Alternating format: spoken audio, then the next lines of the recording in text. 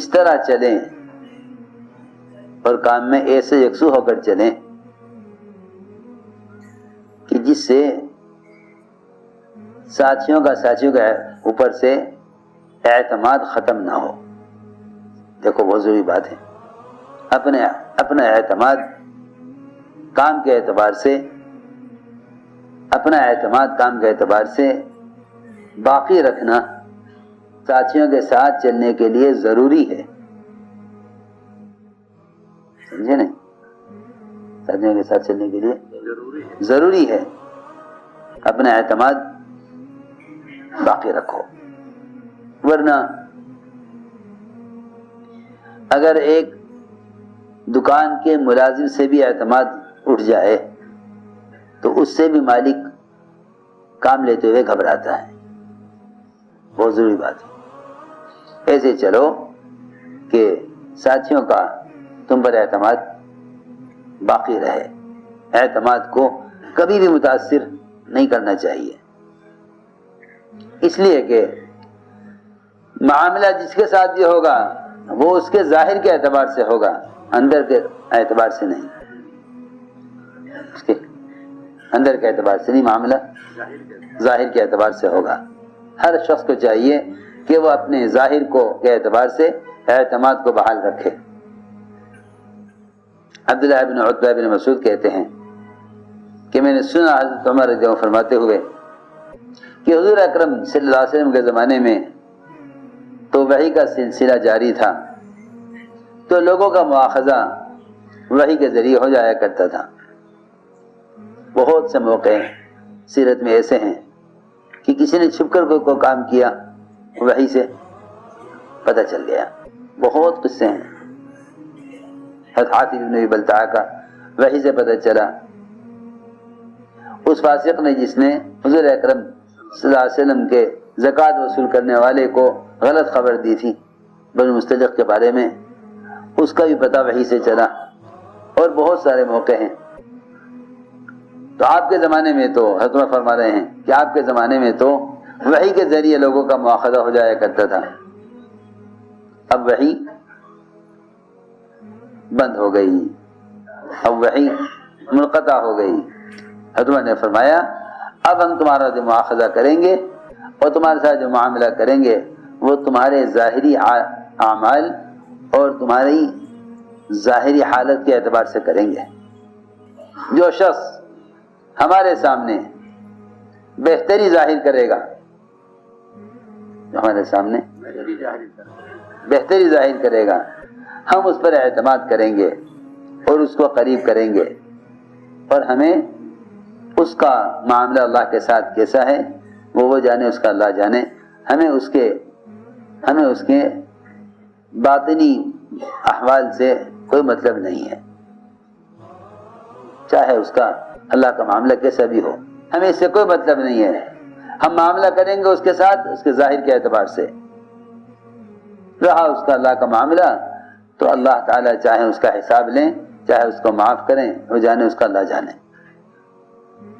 لیکن ہم ایسے شخص کو پر اعتماد کریں گے اور اس کو قریب کریں گے، اور ہمیں اس کے اندر کے معاملات سے کوئی مطلب نہیں ہے. اللہ یحاسبہ، اللہ اس کا محاسبہ خود کریں گے.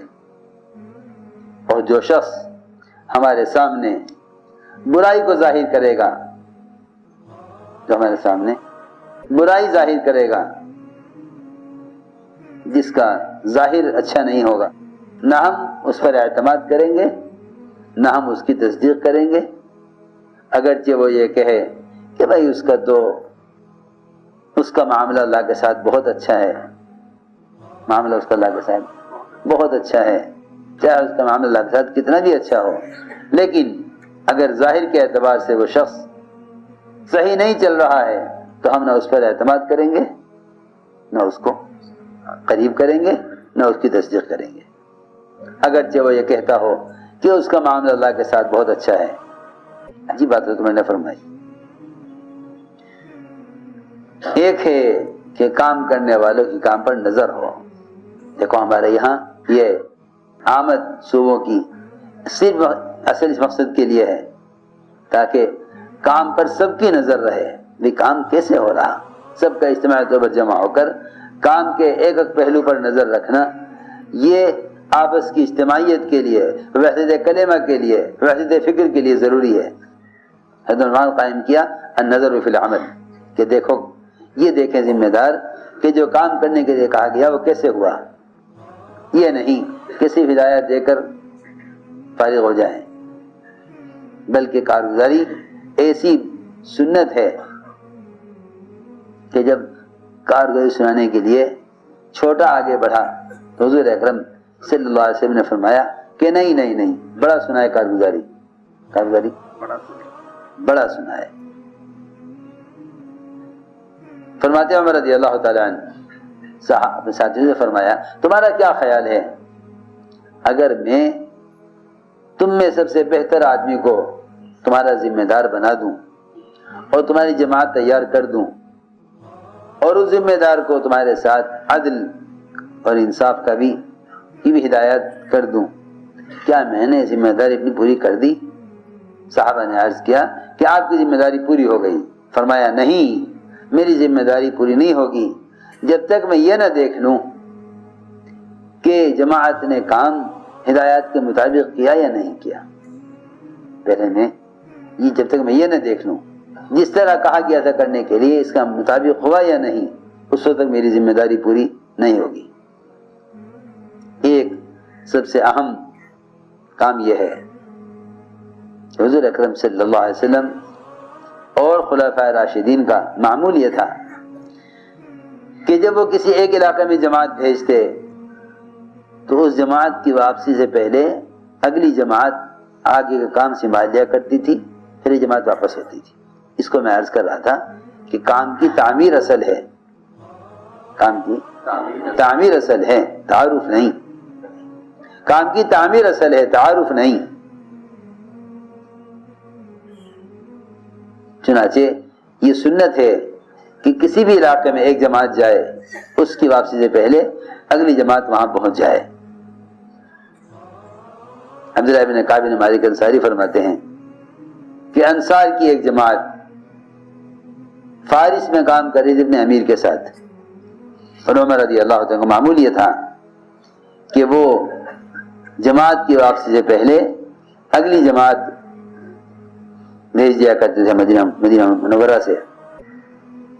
لیکن حضرت عمر رضی اللہ تعالیٰ عنہ جماعت روانہ کر کے ایسے مشغول ہوئے کسی کام میں کہ اگلی جماعت بھیجنا یاد نہیں رہا۔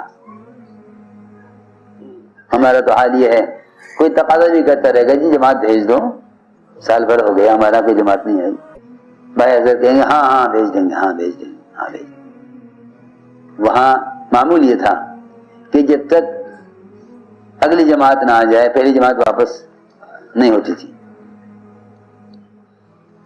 چنانچہ اس جماعت کا وقت پورا ہو گیا، جماعت کا وقت پورا ہو گیا، اب یہ انتظار میں کہ اگلی جماعت آئے تو ہم واپس ہوں، انہیں کام تصور کریں بھائی اتنا کام نے کر لیا آگے تم کرو،